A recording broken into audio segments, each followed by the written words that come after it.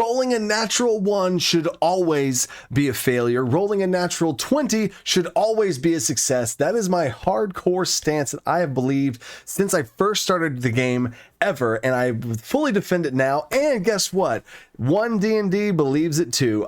Props to you guys, and that's what I'm going to break down here. I wanted to make this separate from my other rules breakdown video that I'm going to make here in a minute, but I just really wanted to dive into this natural 1, natural 20 thing because I so firmly believe that this is going to be a huge, awesome impact for current players, new players, the concept and the respect that I have of the 20 and the 1 and the polar oppositeness of that is huge. But I think there's a big misconception or a big misunderstanding or whatever it is, a approach to it maybe of these natural 1, natural 20 debate that's been around for a long time. And I know I'm making my stance on it, and I've always had this. I've shared it in live streams multiple times before, but this is how I truly believe that the dice should be respected in. And the fact that D&D or One D&D is doing this, I'm so hyped up about it. But they also got something really, really wrong on the D20 part of this whole thing. But now I say wrong in my opinion. All of this is my opinion, and y'all can do with it, take it as you want. So let's get right into it, checking this out. This is the playtest material, so nothing official yet, but I really hope it's official.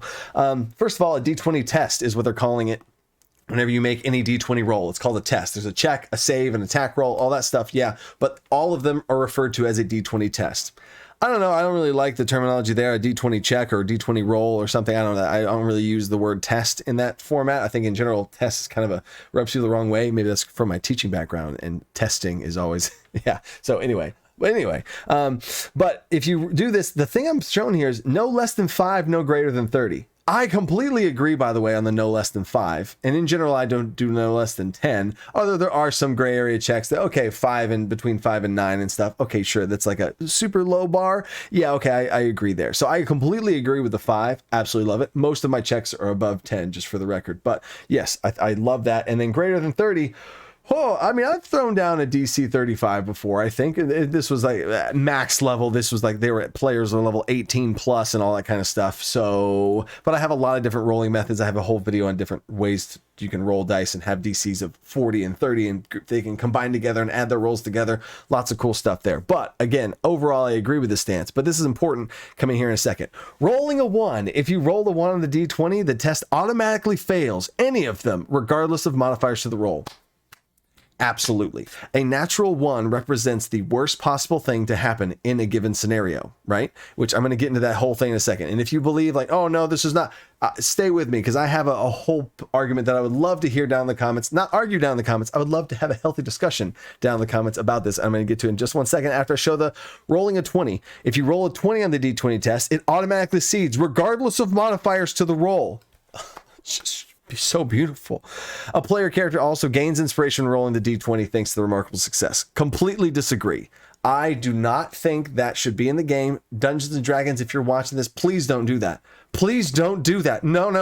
I will make a full video discounting why you should not do that. Snowballing. That's snowballing. Natural 20s. I respect the hell out of them. I respect the hell out of a natural 1 too, but a natural 20 is enough. The rolling a natural 20, you don't need to also give them something else. They already rolled a natural 20. The best possible thing happened in that situation, whether it be combat, critical hit, or some story, big moment. The natural 20, the hype is there. The big moment's there. They don't also need to have an inspiration on top of that, where one player gets an inspiration now that another one doesn't, and it just further snowballs things to where they get a natural 20 and they get to do something, so it just can create some snowball situations. And then you can also create some level of resentment in some way whenever this player just can't roll a natural 20. They just can't roll a natural 20 to save their lives. They're not getting inspiration, because inspiration is now a very much interwoven part of the game now, which I do like that, but this is one of the big red flags you got to be careful with that. It's woven into the game, but with inspiration, other players might not get it. So now they could go a whole session without rolling a natural 20 and they didn't get the inspiration. And if the Dungeon Master's not giving out inspiration, that feels left out. And then there's this like jealousy vibe that could possibly happen. I don't like it, because the player that rolled a natural 20 already got this awesome, cool thing notched towards what they're wanting to do in a big, huge success. So they don't need another dice to then also have more success on top of the success they already have. Because imagine if they got a natural 1. Do they get disadvantage on the next roll? That would feel bad and terrible. That feels awful. And I know that's in the other direction, but in the same picture, a natural 1 and a natural 20 are enough. You don't have to also weave that into inspiration. I think, and also further scrolling down here with inspiration, when you have inspiration, you can expend it to give yourself gaining inspiration. There's multiple ways to gain inspiration, like rolling a D20 for a D20 test. I feel like they're trying too hard to give you examples, and they had to embed it into their own game. Because then they say they can also award inspiration for something particularly heroic or amusing, which is, again, kind of vague and not a lot to really go on there. But I really do feel like the double rewarding is too much. And again, you also, in the inspiration, you can't give yourself multiple. So I have a whole chapter, and again, I've talked about this separately, and anyone who's seen Alcanar's Almanac, I could do a whole video based on y'all's responses to inspiration.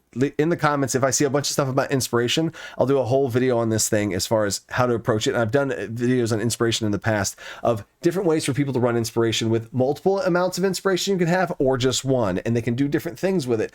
It's really cool. And I think inspiration is an untapped resource that most people don't use, but I don't like seeing it in a snowbally double dip way on top of natural 20s. Just as my side note rant on there. Again, let me know if you want to see inspiration. Chapter 2 of Alcanar's Almanac is entirely dedicated to inspiration. Links for all that is in the description. But that's my big stance there. I love the natural 1, natural 20 failures, but don't tie in inspiration into that moment to then also have them get that as well. Because then if they already have inspiration and they roll a natural 20, now they've got it, but then they don't have it, which then that moment takes away from the natural 20. So there's just too many things. Natural and natural 20s are enough. Leave it alone. Now, back to the concept of the stance of, if you like inspiration, or sorry, like natural 1s and natural 20s being automatic successes and failures, hear me out. You should not, as a dungeon master, ask for a roll if they have no chance either way. So stay with me here. If there is someone, it is a very small gnome who is a gnome wizard that's very physically weak, wants to lift a gigantic table. If they say they want to try and do that, and you ask them for a roll, and they roll a natural 20, and then that result isn't enough for them to do it, you shouldn't have asked them for the roll. And you're just a jerk dungeon master for being like, yeah, go ahead and make a roll. Doesn't matter. Nothing that they roll matters. It doesn't work. Like, you might as well say, go ahead and make a roll. They grab the dice as soon as it leaves their hands before it hits the table. No, you fail. Like, why would you do that? Just don't ask for that roll, right? If it's not possible, even if the best thing happens, if it's not possible, don't ask them for that roll. And that solves all your problems there, right? Because in the same way, if it's impossible for them to fail, you also shouldn't ask them for that roll. This massive, huge, hulking barbarian, level 16 barbarian with a 20 strength score, wants to flip an oak table. All right, give me a strength check. No, don't ask for that check, because if they roll a natural 1, that's dumb. That's bad. You've just kind of taken now they can't lift the table? Like, what? Especially now if they have these rules, right? Because before, you could just say, like, oh, I add enough to the roll and it's fine enough to flip. Why are you asking for that roll then? If a natural 1 means it would fail, or means it wouldn't fail, then don't ask them for that roll. If the barbarian describes that they want to flip that table, I'd be like, oh yeah, you go up to it and you flip that thing over. Absolutely love it. Or in that moment, I might ask them for a flavor roll. I've said this before. I was like, give me a flavor roll. My players know a flavor roll is a 1 to 20, no modifiers added, just a flavor description of it, right? So it takes away modifiers. This is not a strength check to flip the table. This is not an athletics check to flip the table. It's a flavor roll. Ding, right? A little sparkle in my eye there. You see it? But that flavor roll just describes how big and badass this thing is, or how, all right, cool. You flip the table, whatever. This is not a test in their, using their terminology of a D20 test. This would just be a flavor roll, right? How well does it go? I might ask for that in that moment if a player's doing something that they obviously could do. But now back to the little gnome wizard. If they try and flip the table, like, you want to flip the table? Okay, you get your hands on it and you push with all your might, and it's just not, like, your muscles strain. And I might make a joke check of some kind. I don't really call them joke checks. I'll just be like, roll a D20 for me, and that'll just be another flat D20. And like, oh, you feel like you strained your elbow with that. Oh, that's a lot right there. Make her Constitution save. Strain your elbow. Strength strength check. You know what I'm saying? You can make flavorful, funny little rolls there. But if it's for a success or a failure, I don't ask them for the roll. And I tell them, like, that's not even possible. If they are trying to do something that's not possible, they want to lasso the moon or whatever other analogies that other people have used before. I want to try and lasso the moon. Would you ask them to make a D20 roll? No, because that's not possible. Unless it was possible, then you would make them make a roll. And there's also rolls that I'll say, like, all right, you can give me a check for this, but it's got to be a natural 20. And they just, I don't even care what your modifier, it has to be a natural 20. I've done that before. So as a dungeon master, a lot of people with this stance of like, no, but they're modifiers, blah, blah, blah, blah. A lot of that is wrapped up in how you ask for. Don't ask for rolls that are impossible or absolutely possible. Don't ask for rolls in those things. They just happen. Why are you? A D20 represents the chance of how well something is to happen. The DC or the modifiers help that process of being more likely or less likely.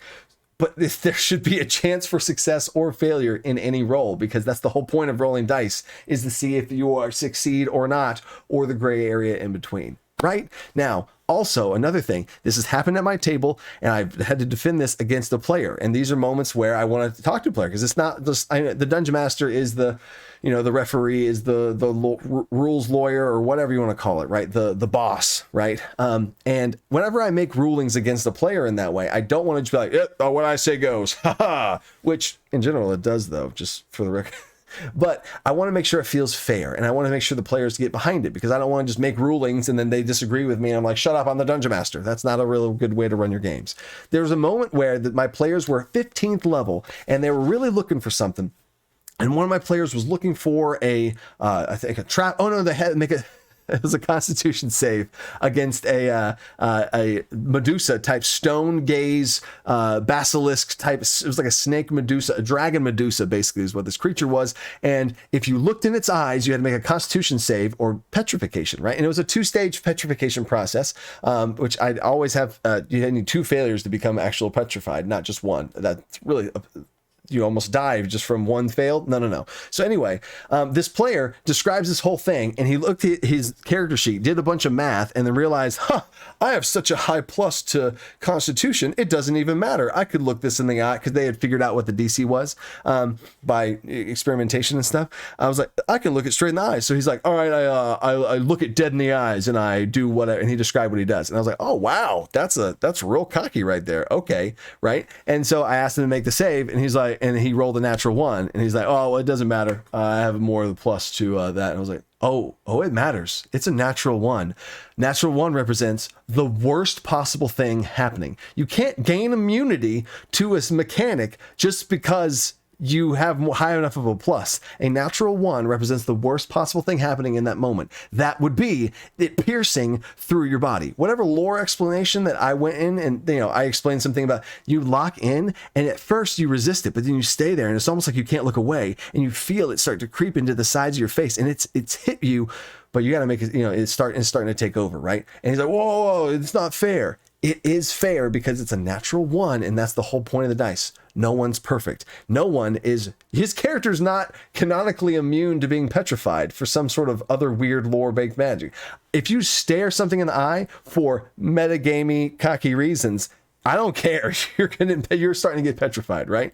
And then that was what became a whole thing. Now, after talking to the player and establishing all of that, they understand, like, no, okay, cool. I see what you're going with. Like the natural 1, natural 20 thing. It's good, because I don't care how good you are at something. You have a chance. No one's perfect, right? My analogy is always basketball free throws. I don't care if you take the best free throw shooter that has a 90+% chance. It's not perfect, and nobody in the world can stand on a free throw line and have a 100% chance to do something, no matter how good they are at it. Even if they are the best at it, no one is going to be perfect, and they could have a moment, and that moment of a natural 1 is a story opportunity for the dungeon master, and honestly a challenge to the player. Why did your character fail in this moment? Your rogue that you have is so acrobatically inclined, and you're a tightrope walker, and you came from a history of tightrope walkers, blah blah blah blah blah. Do you think a professional tightrope walker that's the best in the world has a 0% chance to fall?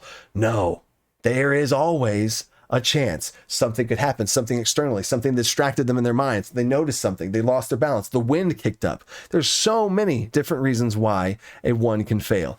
There's my big rant on that. I absolutely love the direction that this One D&D is going in.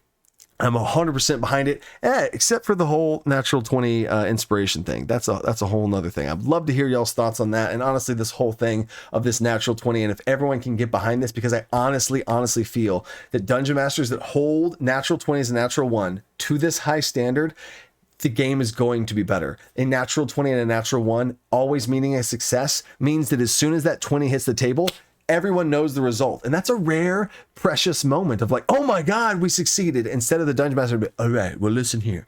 Now, and it doesn't have to wait until the dungeon master confirms it. They're saying, oh, I rolled a 16 plus my modifiers is a 19. Is that hit it? I don't know. Does it hit the armor class? Does it hit the whatever? It's just an automatic, exciting moment. An automatic moment of, oh, for the natural 1, or yeah, for the natural 20. And putting that on that pedestal, I absolutely love it. I get behind it. But D&D, I mean, I would do a whole rant about the inspiration. I kind of already did about inspiration in the natural 20. But if you want to see stuff about inspirations, let me know about that. If you want to see stuff about the rest of these rules that are going to be covered here, about all the different stuff going on with the other roles and checks and conditions and other things like that with all the rest of this playtest material, check out my next video that's coming out soon. And if you want to see the character creation breakdown, I already did the video on that for you to check out as well. Whoo, I'm excited for some D&D 1. For some One D&D. Stay creative. Think outside the box. Peace.